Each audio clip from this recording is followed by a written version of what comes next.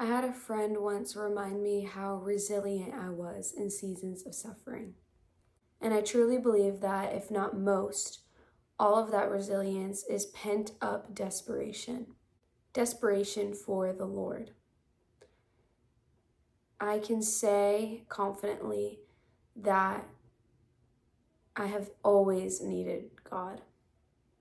Maybe I didn't know it from the youngest age. Maybe I didn't know it when I was trying to run away from Him, but I have always needed God. And I haven't quite figured out what it is yet that led me exactly to His feet in the first place, but I know that I'm desperate for Him. I know that because I've experienced His presence in tangible and wonderful and beautiful and actual ways, I want to keep coming back to that again and again and again. If the resilience I have acquired and I have in the middle of my suffering comes from a place of desperation, then I hope it's always like that. I hope that I can look back on the life that I'm living right now. I hope that I can look back on the past 2 months or the past 6 months or the past year. I hope that the future me can look back on the things that I'm walking through right now, whether good or bad, ugly or beautiful. I hope that the future me can look back and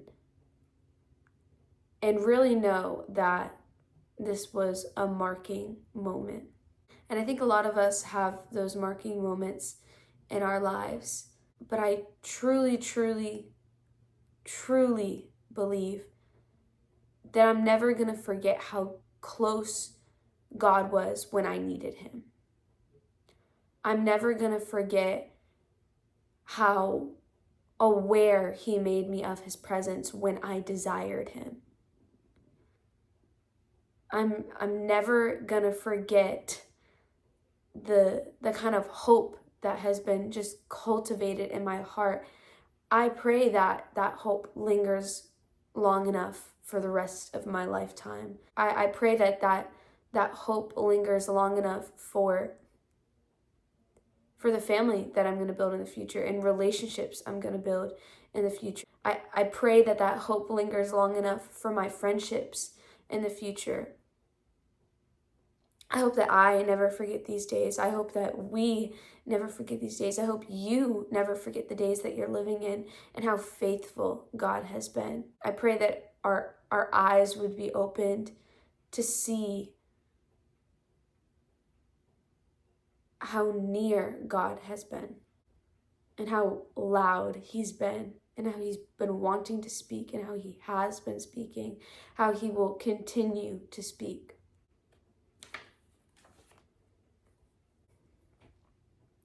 I think what I really, really want and what I'm really trying to believe for is that I don't walk out of suffering offended. That I don't walk out hurt. That I don't walk out a victim of maybe what's been said about me or what's been done to me or what I've had to take my hand out of and put my hand into. I just don't want to walk out on the losing side. If there's going to be a winning side, if there's going to be a period at the end of the sentence, if there's going to be a last chapter, if the plot is going to rise and it's going to fall and there's going to be a conclusion, I want to be on the side that God is on. And deep down in my soul, deep down in my heart, and in everything I know to be true about God is that He gets the victory. He gets the glory. At the end of the book, He wins. At the end of time, He wins. So I don't want to look back on suffering a year, 3 years, 5 years, 10 years, 20 years from now and be angry and offended. That shouldn't be our goal. The goal is not to, and I've said it before, it's not to prove people wrong. It's not you were wrong. It's not I am higher than you. I am better than thou. Let's just believe that people's hearts are in the right place. So I'm not I'm not proving anyone wrong, just proving myself right, which means I want to be on the right side of history. I want to be on the right side of the conclusion. I want to be on the right side of everything that's going to encompass my life.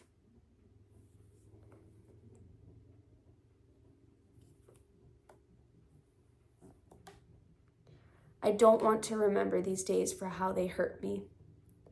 I want to remember them for how they healed me.